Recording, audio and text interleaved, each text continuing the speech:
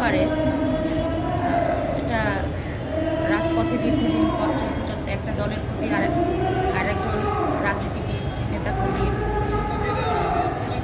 থাকতেই পারে আস্থা, তারপরে হচ্ছে ভরসা।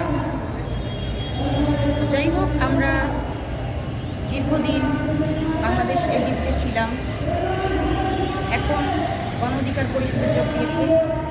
আমি গণ অধিকার পরিষদের যুগ্ম সাধারণ সম্পাদিকা নীলাশা।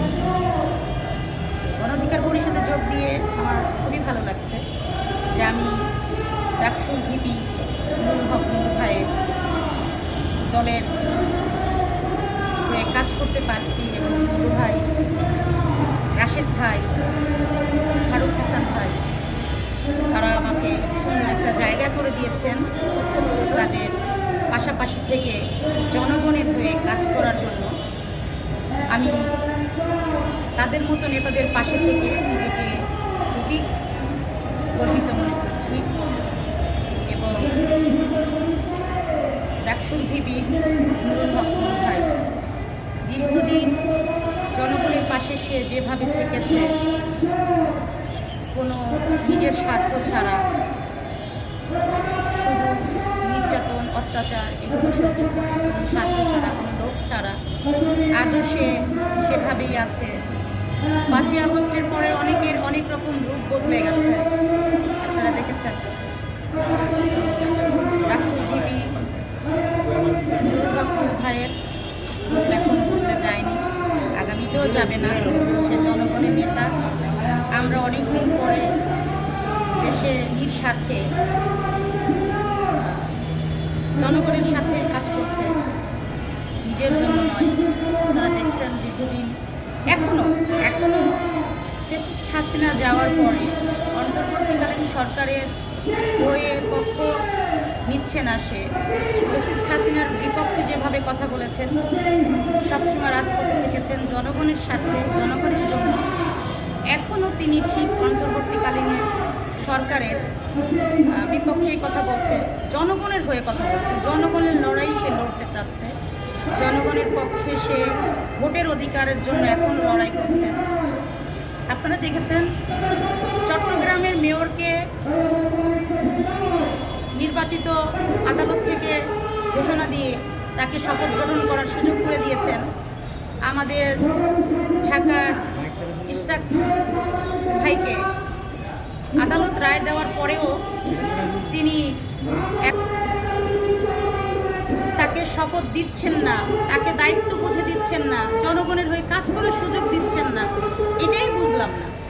আমরা মানলাম, আমরা আন্দোলন করেছি, নির্বাচন সঠিক হয় নাই, এই নির্বাচন আমরা মানি না, ঠিক আছে। তবে চট্টগ্রামের মেয়রকে যখন শপথ নেওয়ার সুযোগ করে দিয়েছে চট্টগ্রামের হয়ে কাজ করার জন্য, ইশরাক ভাইকেও উচিত তাকে শপথ দিয়ে তার জনগণের পক্ষ হয়ে কাজ করার জন্য, এই নগরবাসীর জন্য সে যেন কিছু করতে পারে সেই সুযোগটা তাকে দেওয়ার জন্য। কিন্তু এটা দিচ্ছে না, এজন্য আমরা খুবই কষ্ট পাচ্ছি। আমরা ইশরাক ভাইয়ের হয়ে কথা বলছি, আমরা রাজপথে আছি, আমাদের নেতাও কথা বলছেন।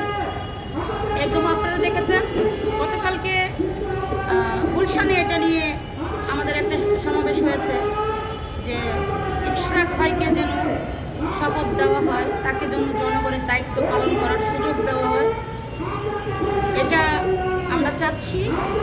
এবং আমাদের ডাকসুর ভিপি নুরুল হক নূর ভাই জনগণের হয়ে যেভাবে সামনের দিকে এগিয়ে যাচ্ছে, আমরা বলছি যারা রাজনীতি করার ইচ্ছা আছে, তবে দীর্ঘদিন ভয়ে যারা রাজপথে রাজনীতি করতে নামতে পারেননি, আপনাদের সুযোগ আছে, আপনারা গণ অধিকার পরিষদে যোগ দিন। আপনাদের মতো ভালো ভালো লোকেদের আমাদের প্রয়োজন জনগণের পাশে থাকার জন্য। আপনারা হয়তো দীর্ঘদিন ভয় পেয়েছেন রাজপথে থাকার জন্য, রাজনীতি করার জন্য, তবে এখন আর সেই ভয় নাই, এখন ফ্যাসিস্ট হাসিনা নেই। এখন নিশ্চিন্তে নির্দ্বিধায় আমাদের গণ অধিকার পরিষদে যোগ দিতে পারেন। আমরা ভালো মনের মানুষদেরকে নিয়ে আমরা রাজপথে জনগণের হয়ে আমরা রাজপথে থাকতে চাই, লড়াই করতে চাই, আমরা জনগণের অধিকার ফিরিয়ে দিতে চাই। আমরা দীর্ঘদিন জনগণের অধিকার নিয়ে লড়েছি, এখনও জনগণের অধিকার নিয়ে রাজপথে আছি। আমরা জনগণের হয়ে কাজ করতে চাই। জনগণ আমাদেরকে যদি সামনের দিকে আরও সুযোগ দেয়, আমরা আরও কাছ থেকে জনগণের সেবা দিতে চাই। আগামী দিনে আমরা আমাদের সাবেক ডাকসু ভিপি গণ অধিকার পরিষদের সভাপতি নুরুল হক নূর ভাইকে নিয়ে আমরা 300 আসনেই প্রার্থী দেওয়ার প্রস্তুতি চলছে আমাদের। আমরা 300 আসনেই আগামী নির্বাচনে প্রার্থী দিব। আমরা লড়ব। ভোটের অধিকার জনগণকে ফিরিয়ে দিব এবং বর্তমান অন্তর্বর্তীকালীন সরকারের উপদেষ্টাগণদেরকে বলতে চাই, আপনারা হাসিনার মতো করেন না। দয়া করে আপনারা কিছুই সংশোধন করতে পারবেন না। শুধু এই সংসদের নাটক করে সংশোধন তো হবেই না, বরং সাধারণ জনগণের ভোটের অধিকার নিয়ে আপনারা খেলা করতেছেন। দয়া করে আপনাদের কাছে অনুরোধ, আপনারা সাধারণ জনগণের ভোটের অধিকার নিয়ে খেলা করেন না। আমাদেরকে সামনের দিকে এগিয়ে যাওয়ার সুযোগ দেন। আমরা যেন জনগণের পাশে থেকে জনগণের স্বার্থে কাজ করতে পারি। প্রার্থী দিব।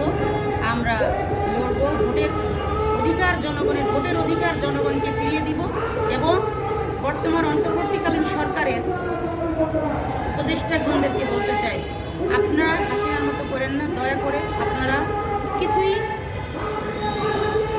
সংশোধন করতে পারবেন না। শুধু এই সংসদের নাটক করে সংশোধন তো হবেই না, বরং সাধারণ জনগণের ভোটের অধিকার নিয়ে আপনারা খেলা করতেছেন। দয়া করে আপনাদের কাছে অনুরোধ, আপনারা সাধারণ জনগণের ভোটের অধিকার নিয়ে খেলা করেন না। আমাদেরকে সামনের দিকে এগিয়ে যাওয়ার সুযোগ দেন। আমরা যেন জনগণের পাশে থেকে জনগণের স্বার্থে কাজ করতে পারি। আমরা যেন জনগণের ভোটের অধিকার ফিরিয়ে দিয়ে জনগণকে ভোট দেওয়ার সুযোগ করে দিতে পারি। সেই জন্য আপনারা আমাদেরকে সহযোগিতা করেন।